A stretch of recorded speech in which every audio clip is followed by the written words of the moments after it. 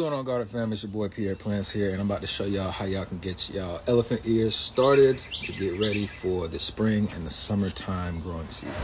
As I stated in my last video, I have these two giant mammoth elephant ear bulbs, and I'm going to show y'all, I'm going to tell y'all how y'all can get them going, get them woken up for the spring, especially if they don't have their little tips coming out of the top like these do not. This one is kind of waking up out of dormancy. As you can see, this little tip that's coming out right here. Yeah, what you want to do is take your elephant ear bulbs, soak them in some water for about 12 to 24 hours. Getting them real saturated in some water will start the process of waking them up out of dormancy, so you can get ready to put them in a plot.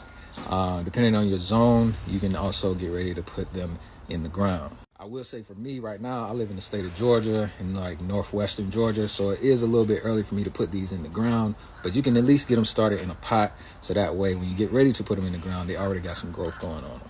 So I'm gonna just show y'all how I'm gonna get these started in a pot in this video today, so check this out. So I got these 2-gallon pots here that I'm gonna put my bulbs in. These will not be their permanent home because I do plan on putting these bulbs in the ground. But I figured that these 2-gallon pots would be a good starting point for these bulbs to at least establish their root system and get them started. I got my favorite potting mix right here, all-purpose potting mix Vigoro.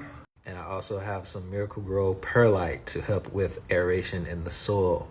Now the biggest thing with colocation alocasia bulbs, they love well-draining soil in order for them to like do well and thrive. Once you get them started in that well-draining soil, and once they establish their roots and everything like that, if you decide to put them in the ground, you can. And like I mentioned before, I have soil that is pretty much just all clay.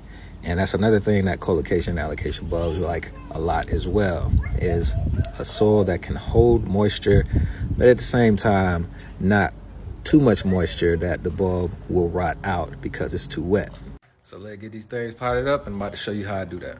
So I put enough soil in there just to cover the bottom and give it some space between the bottom of the pot and the bulb itself. Also, I put enough in there so when I set the bulb in there, we do still have some space between the top of the bulb and the top of the pot, because we do want soil to cover at least about 1 inch or 2 above the top of the bulb.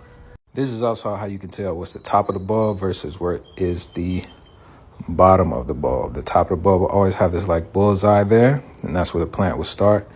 And the bottom here is where you would see like little tiny holes, and that's where the roots used to be. Looking at these bulbs now, they probably actually could have been in a bigger pot, but we're gonna see what happens. Now that we got both of these things potted up, what you could do is put some leca on top of this to keep the moisture in, but not necessary. But this is all you need to do.